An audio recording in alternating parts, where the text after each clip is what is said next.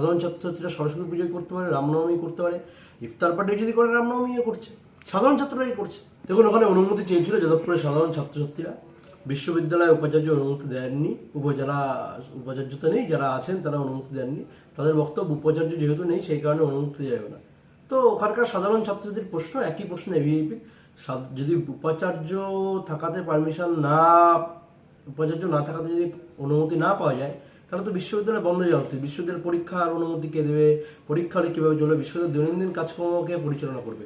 এগুলো শুধুমাত্র অজুহাত, কোনো কিছুর অনুমতির জন্য। আমার বিশ্বাস যাদবপুরের সাধারণ ছাত্রীদের তার পরোয়া করবে না। তারা স্বতঃস্ফূর্তভাবে উদ্যোগ নিয়েছে, রামনবমী করে, রামনবমী হবে। কেউ আটকাতে পারলে আটকাবে।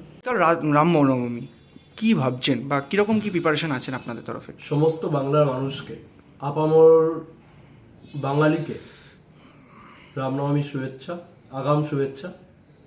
রামনবমী সমাজের উৎসব, সমাজের মানুষ স্বতঃস্ফূর্তভাবে উদযাপন করবে।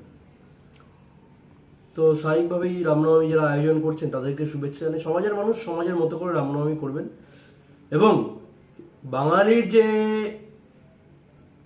বর্তমান পরিস্থিতি, যেভাবে তাদের দেওয়ালে পিঠ ঠেকে যাচ্ছে, তাতে বাঙালি ঐক্যবদ্ধভাবে প্রতিহত করার প্রতিবাদ করার রাস্তায় আরো উজ্জীবিত হয়ে নামবেন। এবং স্বাভাবিকভাবেই রাজ্যে 50 লক্ষ মানুষ, 1 কোটি মানুষ নামবেন, এই অস্বীকার করার কোনো জায়গা নেই। এবিভিপির তরফ থেকে যাদবপুর বিশ্ববিদ্যালয়ে রামনবমী পালন করা হচ্ছে। এবিভিপি যাদবপুরে রামনবমী করছে না, যাদবপুর বিশ্ববিদ্যালয়ের সাধারণ ছাত্ররা রামনবমী করছে। যাদবপুর বিশ্ববিদ্যালয়ের যারা সাধারণ ছাত্র তারা রামনবমী করছে, এবিভিপি তাদেরকে সমর্থন জানায়। সাধারণ ছাত্রছাত্রীরা সরস্বতী পুজোয় করতে পারে, রামনবমী করতে পারে, ইফতার পার্টি যদি করে রামনবমীও করছে, সাধারণ ছাত্ররাই করছে।